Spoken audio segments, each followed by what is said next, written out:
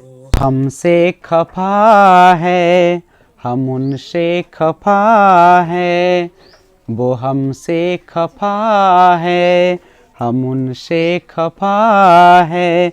मगर बात करने को जी चाहता है। वो हमसे खफा है, हम उनसे खफा है। मगर बात करने को जी चाहता है। बड़ी दिल नसी है ये उनकी अदाएं, अदाओं पे मरने का दिल चाहता है। वो हमसे खफा है, हम उनसे खफा है। जो कहना है उनसे कहे भी तो कैसे, बिना कुछ कहे हम रहे भी तो कैसे। बिना कुछ कहे हम रहे भी तो कैसे। कसम चाहतों की मोहब्बत में अब तो हदों से गुजरने को जी चाहता है। वो हमसे खफा है, हम उनसे खफा है। मगर बात करने को जी चाहता है।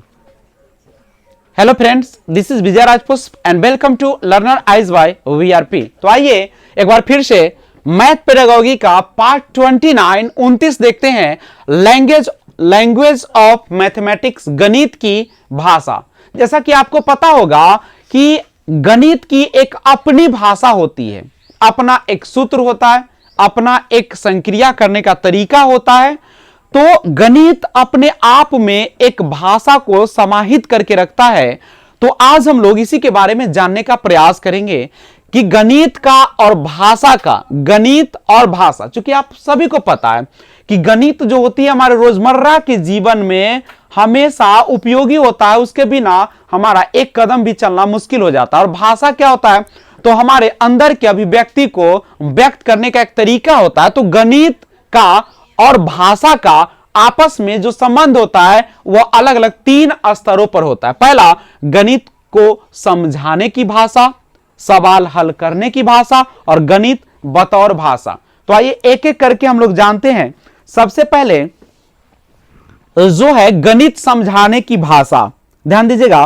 कहता कि जब शिक्षक कक्षा में गणित यानी सूत्र, अवधारणाएं, संक्रियाएं, प्रक्रियाएं या प्रमेय समझाते हैं तो वे आम भाषा का इस्तेमाल करते हैं। आम भाषा का मतलब होता है एक ऐसी भाषा जो सामने बैठे बच्चों को आसानी से उनको समझ में आ जाए।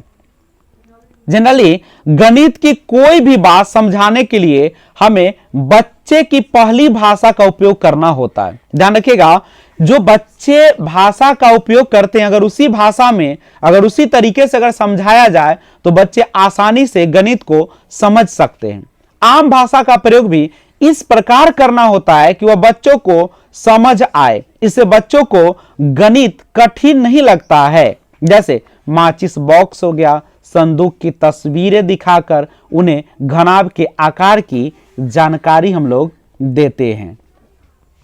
उसके बाद दूसरा जो है वह है सवाल हल करने की भाषा। चूंकि जब आपके पास समस्या आती है, तो जब समस्या आएगी तो आप बच्चे को किस प्रकार से और किस भाषा में आप उसे हल करेंगे। तो इसके लिए हमारा गणित सीखने का प्रमुख लक्ष्य यह क्षमता विकसित करना है कि हम रोजमर्रा की समस्याओं को गणितीय सवाल के रूप में बदल सके और इन्हें हल कर सके। बच्चे इसे इबारती सवाल द्वारा सीखते हैं। मतलब आप रोजमर्रा के जीवन में आने वाली समस्या को अगर आप गणित के रूप में, उन समस्याओं को गणित के सवाल के रूप में व्यक्त कर देंगे तो वह जो है आसानी से हल हो जाती है।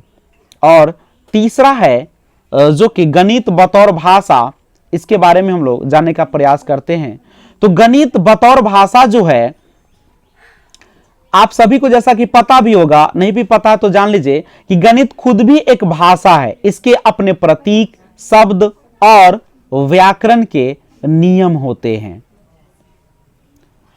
देखिएगा, एक सबसे इंपॉर्टेंट चीज है घटाना, जोड़, गुना, भाग, घात, ये सारा गणित के बतौर भाषा है। एक सबसे इंपॉर्टेंट समझिएगा, एक इबारती सवाल के बारे में बताता हूं। तो जस्ट मिनट वेट कीजिएगा। इबारती सवाल का क्या अर्थ होता है? शाब्दिक सवाल। इबारती सवाल को ही शाब्दिक सवाल भी कहते हैं। इन्हें हल करने के निम्नलिखित चरण होते हैं। कौन कौन से? पहला, शाब्दिक अगर सवाल आपको दिया गया है तो आप कैसे करेंगे हल? तो पहला, वास्तविक जीवन के सवाल को समझे। दूसरा, इसे गणितीय कथनों में बदल दे। तीसरा, तुल्य गणितीय सवाल की रचना कर दे। चौथा, गणितीय सवाल को हल करना। और पांचवा, वास्तविक जीवन के संदर्भ में उत्तर को समझना। अब गणित भाषा का विकास पर कुछ बातें कर लेते हैं। क्योंकि आप सभी को पता है कि गणित भाषा का विकास भी धीरे धीरे होते ही रहते हैं, तो हम गणित भाषा के विकास के बारे में जानने का प्रयास करते हैं। तो जानिएगा, गणित भाषा का विकास कक्ष में गणित की भाषा विकसित करने के 4 चरण होते हैं। जैसे पहला, प्रतिदिन की भाषा। दूसरा, गणितीय परिस्थिति की भाषा। तीसरा, गणित की समस्याओं को हल करने की भाषा। और चौथा, प्रतीकात्मक भाषा। तो इस तरीके से गणितीय भाषा का विकास कर सकते हैं। तो ये था आपका गणितीय भाषा के बारे में एक छोटा सा इंफॉर्मेशन, जो आपने देखा कि आप अगर चाहते हैं कि गणित का और भाषा का आपस में संबंध हो, तो उसे हम 3 स्तरों पर देखा। गणित समझाने की भाषा, जो कि आम भाषा होनी चाहिए, जो बच्चे आसानी से समझ सके। सवाल हल करने की भाषा, आपके रोजमर्रा, आपके रोज के जीवन में जो समस्याएं आती है और उसे गणितीय रूप देकर उसे समझाया जाए तो बच्चा आसानी से सीख जाएगा।